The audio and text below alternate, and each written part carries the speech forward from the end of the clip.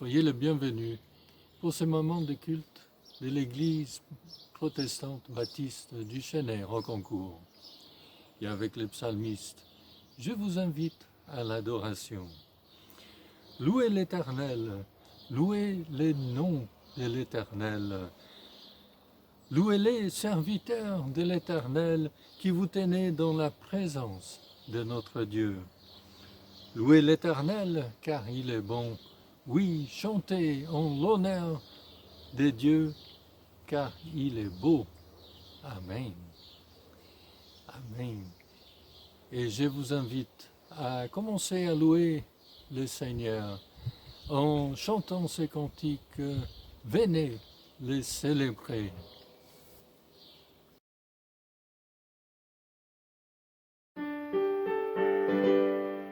Venez le célébrer, son grand amour, venez le chanter, le Fils de Dieu est venu, donner sa vie.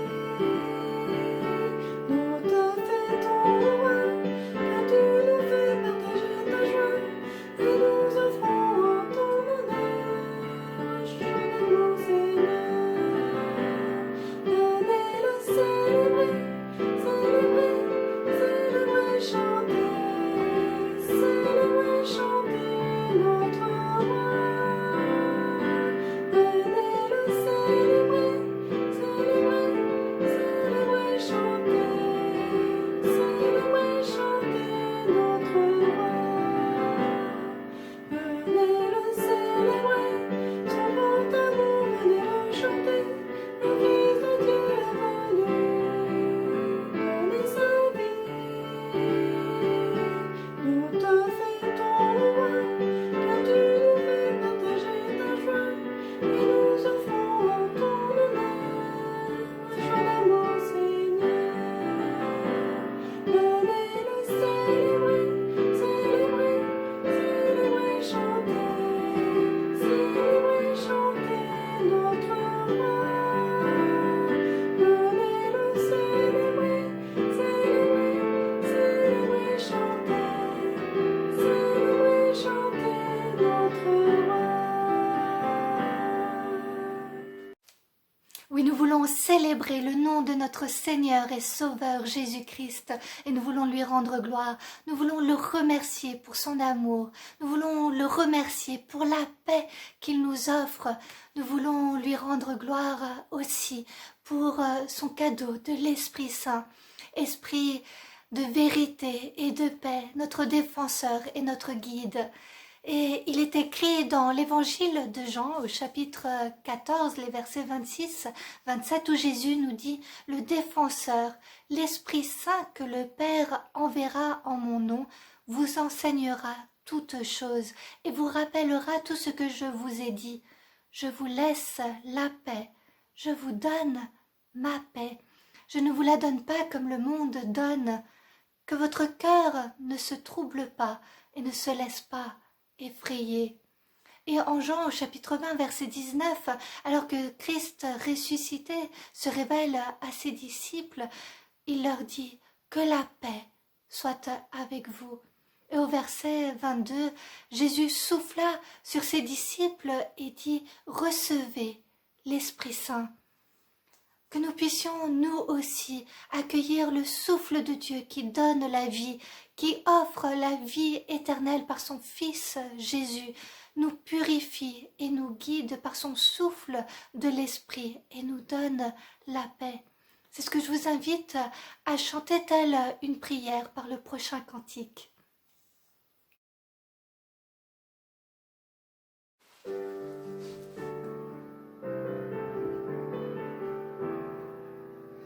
Souffle, souffle de Dieu, nous t'accueillons, viens purifier nos cœurs.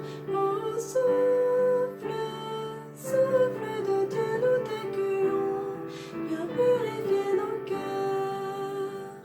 Rends-nous souple devant toi, à l'écoute de ta voix. Rends-nous sensibles à ton cœur, sois le roi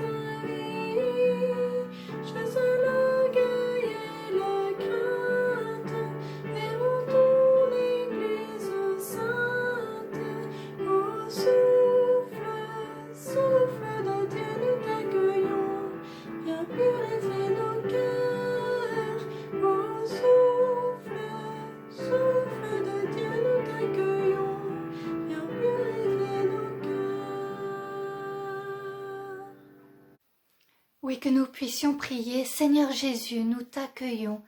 Nous venons nous ressourcer à la source de ton amour, revigorés par ta grâce qui nous invite à vivre en ta présence, en ta lumière.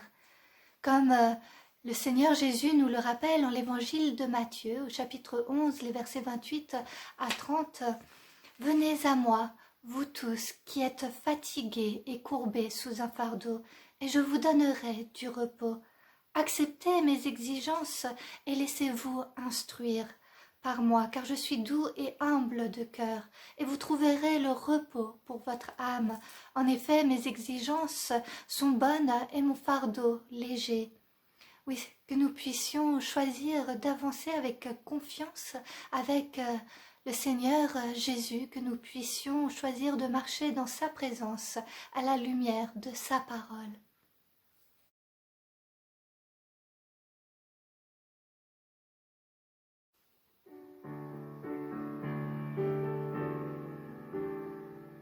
Trouver dans ma vie ta présence, tenir une lampe allumée, choisir avec toi la confiance, aimer se savoir aimer. Poser ton regard dans le doute, mêler l'écho de ta voix, laisser pour le pain de la route, savoir reconnaître ton pain. Trouver dans ma vie ta présence, tenir une lampe allumée, choisir avec toi la confiance, aimer se savoir aimer. Voler quand le feu devient sombre, partir vers celui qui attend, choisir de donner sans reprendre, fêter le retour d'un enfant. Trouver dans ma vie ta présence, tenir une lampe allumée, choisir avec toi la confiance, aimer se savoir aimer. Ouvrir quand tu frappes à ma porte, briser le verrou de la peur, savoir tout ce que tu m'apportes, essayer de devenir meilleur. Trouver dans ma vie ta présence, tenir une lampe allumée, choisir avec toi la confiance, aimer se savoir aimer.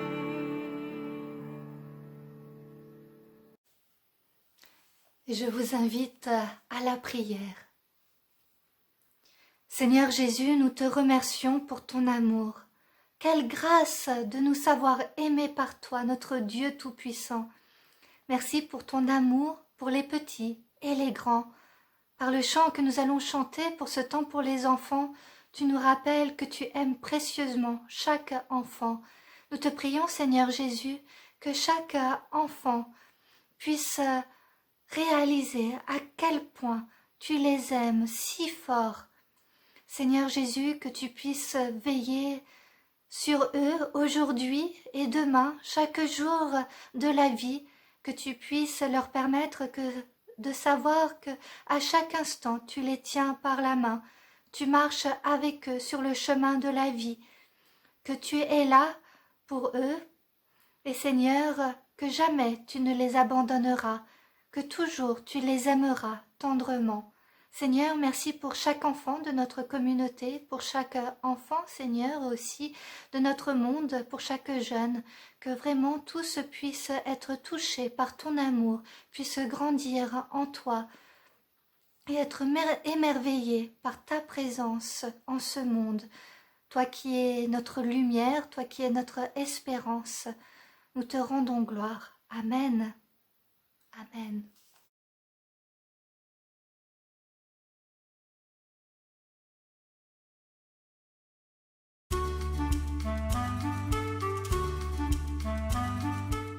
Lorsque Jésus était sur terre, il était entouré de ses disciples. Il y avait Matthieu, Jacques, Simon et bien d'autres encore. C'est Jésus lui-même qui les avait choisis pour qu'ils puissent l'accompagner partout où il allait. Ce jour-là, ils étaient en route pour Jérusalem. Comme à son habitude, Jésus parlait avec les gens qu'il rencontrait sur son chemin. Bien souvent, il s'installait à l'ombre d'un palmier ou sur une colline et il en profitait pour les enseigner, pour dire aux gens combien Dieu les aimait. Jésus commençait à être connu et bien souvent, une grande foule se pressait autour de lui. Beaucoup de gens avaient envie de l'écouter. Ce jour-là, Jésus était assis et il parlait de choses très importantes et très sérieuses. C'était des discussions d'adultes, seulement pour les adultes. Mais dans cette foule, il n'y a pas que des adultes. Il y a des femmes qui sont là et qui sont venues avec leurs enfants. Bah oui, elles ne pouvaient pas les laisser tout seules à la maison, puis elles avaient très envie de venir voir Jésus, alors elles les ont pris avec. Sûrement que ces enfants-là, ils devaient courir un peu partout, qu'ils faisaient du bruit, et probablement qu'ils dérangeaient. Mais les mamans qui étaient là, elles s'approchent de plus en plus de Jésus. Elles aimeraient beaucoup que Jésus touche et bénisse leurs enfants. Les disciples étaient autour de Jésus. Ils regardent que tout se passe bien. Et ils entendent ces enfants qui font du bruit et puis ça les agace un peu quand même. Et ils ont demandé aux mamans de les emmener ailleurs. Mais chut! Jésus est dans une conversation très sérieuse. Il ne peut pas prendre du temps pour vous ou pour vos enfants.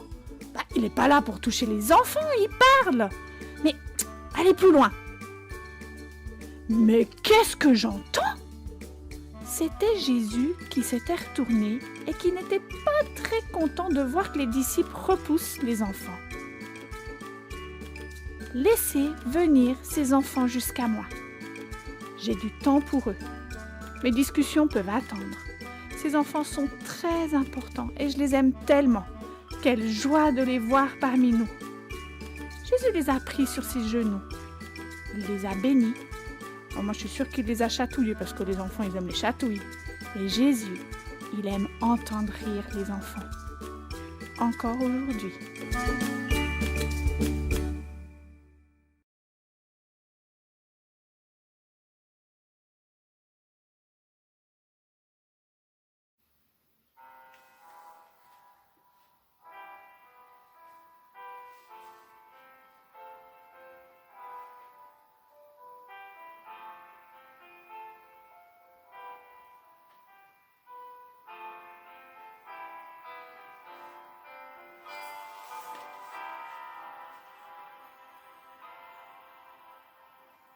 Jésus m'aime, je le sais, c'est la Bible qui le dit.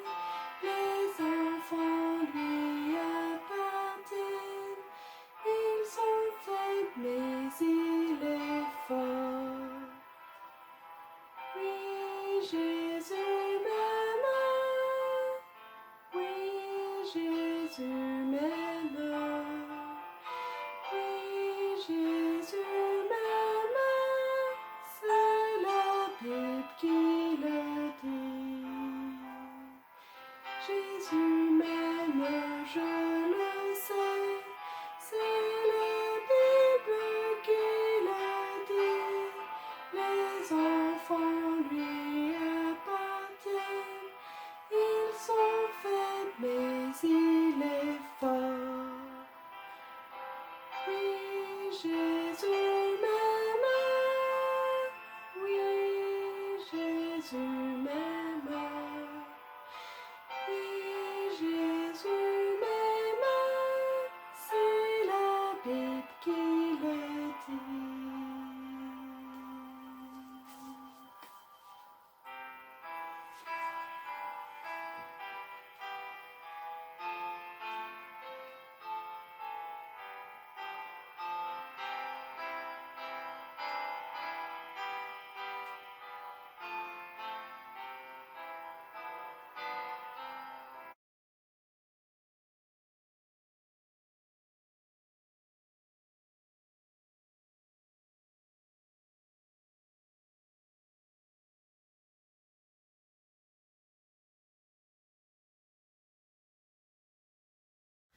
Je vous invite à lire l'évangile de Jean, chapitre 21, versets 1 jusqu'à 14, au nom de Jésus.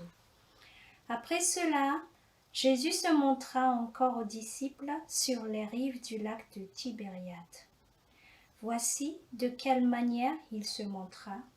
Simon-Pierre, Thomas, appelé Didyme, Nathanaël, qui venait de Cana en Galilée, les fils de Zébédée et 2 autres disciples de Jésus se trouvaient ensemble. Simon-Pierre leur dit : « Je vais pêcher. » Ils lui dirent : « Nous allons aussi avec toi. » Ils sortirent et montèrent aussitôt dans une barque, mais cette nuit-là, ils ne prirent rien. Le matin venu, Jésus se trouva sur le rivage, mais les disciples ne savaient pas que c'était lui. Il leur dit : « Les enfants, n'avez-vous rien à manger ?» Ils lui répondirent : « Non. » Il leur dit : « Jetez le filet du côté droit de la barque et vous trouverez. » Ils le jetèrent donc, et ils ne parvinrent plus à le retirer, tant il y avait de poissons. Alors le disciple que Jésus aime dit à Pierre : « C'est le Seigneur. » Dès qu'il eut entendu que c'était le Seigneur, Simon-Pierre remit son vêtement et sa ceinture, car il s'était déshabillé, et se jeta dans le lac. Les autres disciples vinrent avec la barque en tirant le filet plein de poissons, car ils n'étaient pas loin de la rive, à 100 de mètres. Lorsqu'ils furent descendus à terre, ils virent là un feu de braise avec du poisson dessus et du pain.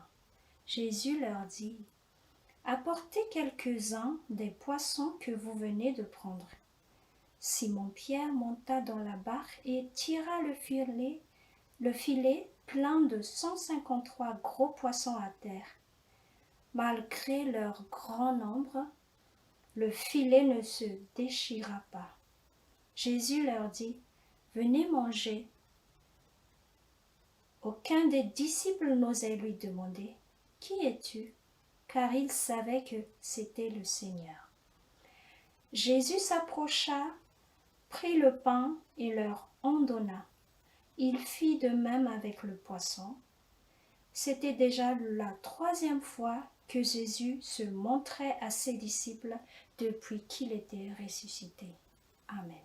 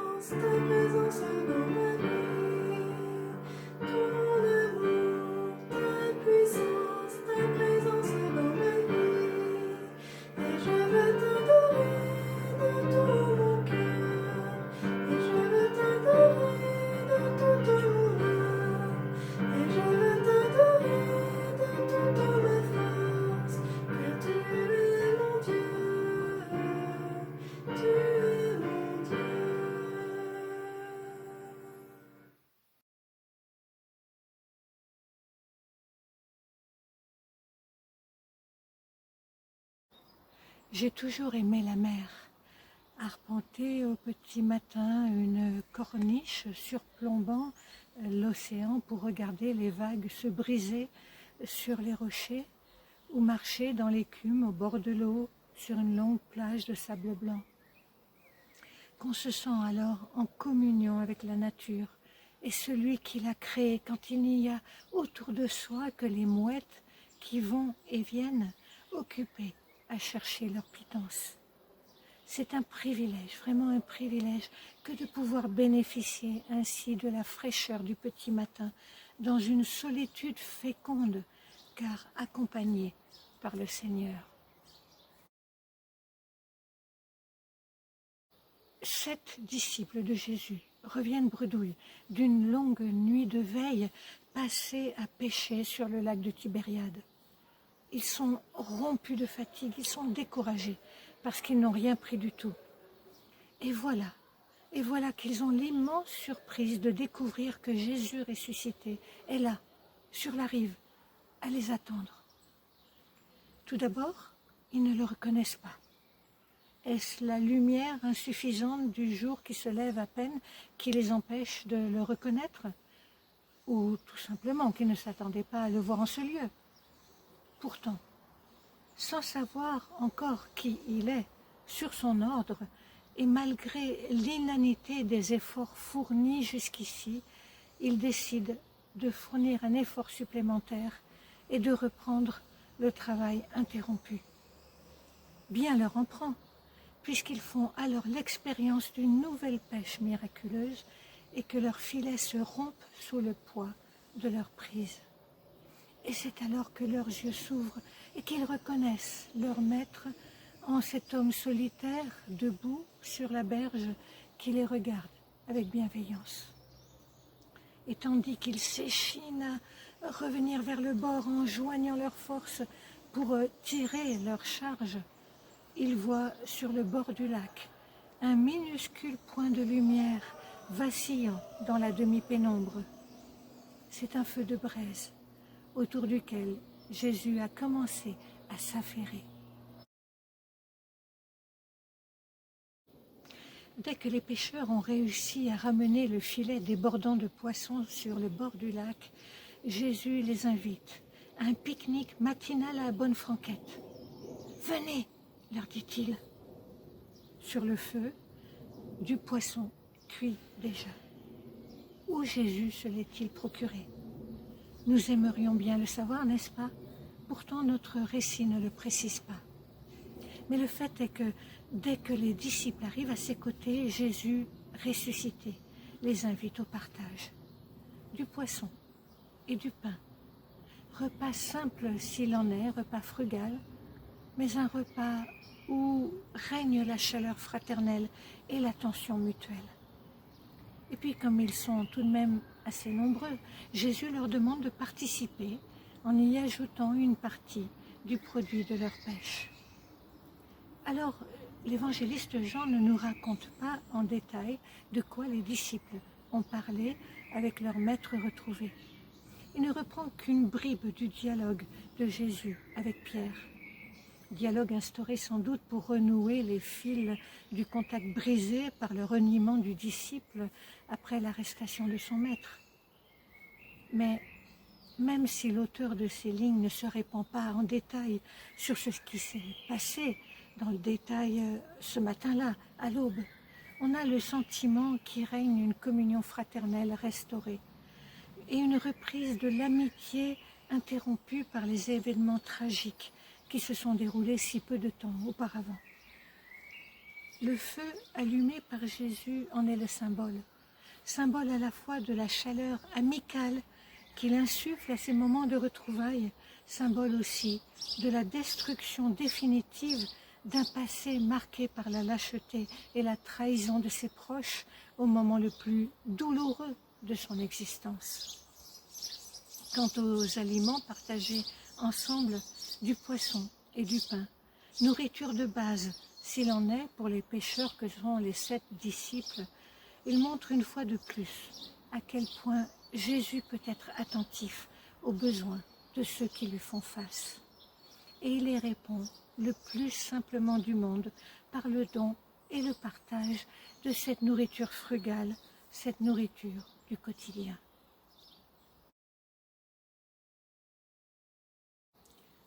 Alors, il y aurait beaucoup de choses à dire sur ce récit, mais j'aimerais simplement reprendre les 2 points que j'ai déjà mentionnés. Tout d'abord, l'effort, qui débouche sur une pêche miraculeuse, et puis le pique-nique matinal, improvisé. C'est par l'effort qui débouche sur une pêche miraculeuse que débute en effet notre texte. Au début du récit, l'évangéliste Jean met l'accent sur cet aspect de l'effort supplémentaire que Jésus demande aux disciples de faire, de reprendre le travail déjà fait à maintes reprises sans succès cette nuit-là, malgré l'impression d'inutilité que cet effort supplémentaire peut avoir à leurs yeux à ce moment-là. Pourquoi recommencer ce qui a déjà été fait tant de fois pendant la nuit? Et pourtant, l'impression d'inutilité se change en émerveillement parce que l'effort renouvelé porte du fruit, tout simplement parce que c'est Jésus lui-même qui l'a demandé. C'est vrai qu'il peut nous arriver, dans notre vie de tous les jours, à nous aussi, d'arriver au point où nous sommes tellement usés par l'inanité apparente du travail que nous avons fourni, que nous restons bloqués sur l'échec de nos efforts. Or voilà que le Seigneur survient pour nous pousser, au moyen de sa parole dynamisante, à reprendre l'effort, à reprendre le travail interrompu par les découragements de l'échec. Recommencer encore et encore. Cela peut sembler vain, inutile, complètement fou même. Et pourtant, si nous le faisons, parce que le Seigneur nous le demande, alors il peut y avoir comme un déblocage. Et c'est alors qu'il semble que nous n'ayons plus de force, que quelque chose se passe et que le résultat tant attendu se produit. Et c'est pourquoi il nous faut être attentifs à l'intervention inattendue du Seigneur dans notre vie. Il peut nous parler à l'improviste, de façon qui va nous surprendre, et à des moments où nous ne nous y attendons pas. Il n'y a pas de mal à reconnaître que nous nous sommes fourvoyés. Nous sommes humains, cela arrive à tout le monde de se tromper. Mais dans ces moments-là, le Seigneur nous invite à ne pas rester sur notre sentiment d'échec, mais à reprendre notre tâche avec courage, même si nous doutons parfois du résultat. Il y a 2 passages des lettres de l'apôtre Paul qui m'ont souvent encouragée et que je voudrais partager avec vous ce matin. Tout d'abord, 1 Corinthiens, chapitre 15, verset 58. « Soyez fermes, inébranlables, travaillant de mieux en mieux à l'œuvre du Seigneur, sachant que votre travail ne sera pas vain dans le Seigneur. » Et puis aussi, Galates 6, verset 9. « Ne nous lassons pas de faire le bien, car nous moissonnerons au temps convenable si nous ne nous relâchons pas. » Suite aux efforts fournis par les disciples, Jésus les appelle. « Venez !» Il les appelle à participer à un pique-nique improvisé, du pain et des poissons. Cela ne vous rappelle pas l'épisode de la multiplication des pains? Un jeune garçon amène à Jésus son casse-croûte, un casse-croûte frugal, mais qui va servir à nourrir toute une foule. Jésus demande alors aux disciples de participer en distribuant ce qui a été miraculeusement multiplié. Ici, les disciples participent en donnant à Jésus une partie de leur pêche. Et ils peuvent ainsi déguster ensemble le produit de ce qui a été cuit sur ce feu de fortune qui réchauffe, malgré tout, les membres endoloris des disciples. Pour nous, il en est de même. Le Seigneur nous invite à nous réchauffer au feu de son amour et à partager ce que nous avons avec lui et avec nos frères et sœurs en humanité. C'est ainsi que Jésus nous attend au tournant de notre existence, comme en ce moment où nos efforts peuvent sembler vains et que l'avenir peut sembler incertain. Il est là, au bord de notre vie, sur la berge de notre existence, quand nous nous sentons seuls et découragés. Il nous donne de quoi vivre et nous sustenter, juste ce qui est nécessaire, jamais de superflu. Et dans un monde où l'individualisme et la solitude règnent bien souvent, il relève ces simples plats de base des épices du partage et de la fraternité. Et comme aux disciples, il nous dit « Venez, viens, venez », sans tenir compte de nos moments de doute ou de faiblesse. « Venez », nous dit-il, sans tenir compte des périodes de notre existence où nous nous sommes peut-être éloignés de lui. « Venez », nous répète-t-il, sans nous reprocher nos lâchetés ou nos manquements. Il nous connaît mieux que nous-mêmes. Il est toujours prêt à nous pardonner et à nous relever. À nous de faire un pas vers lui en répondant à son appel. Il est toujours prêt à remettre les pendules à zéro si nous sommes sincères dans notre démarche vers lui. En s'approchant de nous, il instaure un instant privilégié de partage et d'encouragement. « Suis-moi », nous dit-il, comme quelques instants plus tard à Pierre. Et c'est reparti pour un tour. Avec ces encouragements, nous pouvons reprendre notre route de chrétiens libérés, insérés dans un monde souvent ingrat et difficile, tout en sachant qu'avec lui, à nos côtés, nous ne serons jamais seuls. Amen.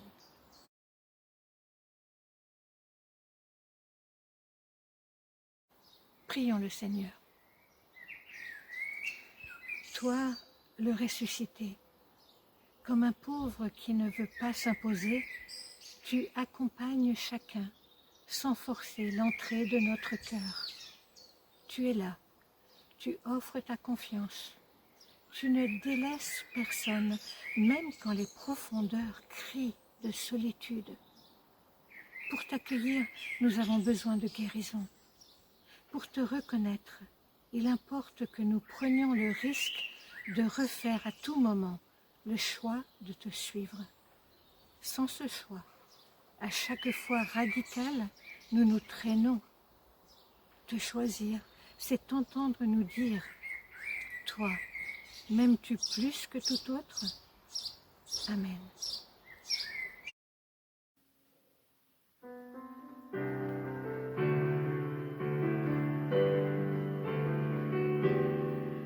Sainte lumière, Seigneur, que ferions-nous dans ce monde, perdu en marche dans les brouillards, au gré des vents. Sainte lumière, Seigneur, où irons-nous dans ce monde? La mer est immense, sans ta présence, que ferions-nous? Comme le feu dans la nuit, tu brilles sur tes enfants, tu guides le port au cœur de ton amour.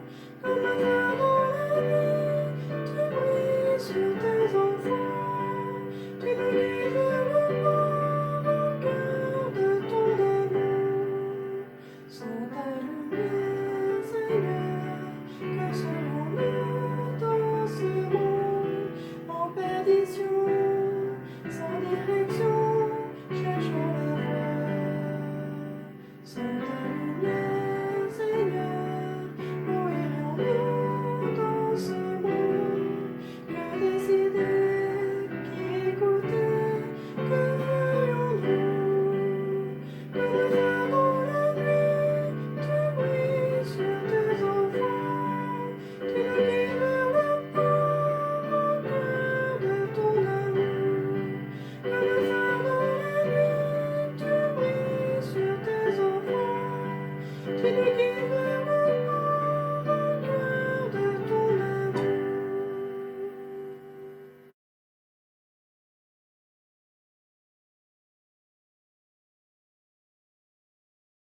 Et recevez la bénédiction du Seigneur.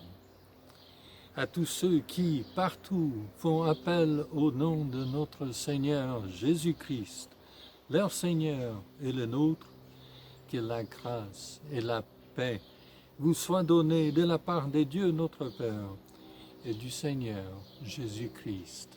Amen.